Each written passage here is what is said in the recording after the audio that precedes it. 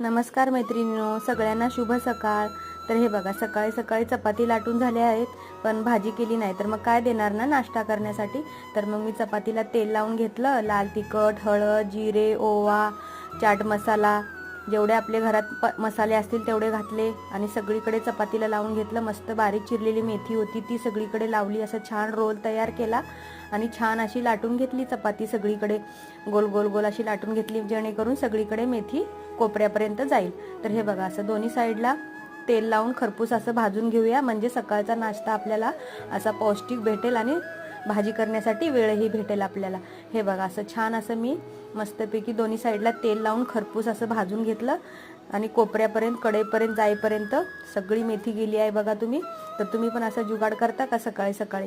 तर मी तर केला आहे बघा, बघू शकता तुम्ही किती सुंदर आहे या नाश्ता करायला। मग आणि जाता जाता सबस्क्राईब करा। धन्यवाद।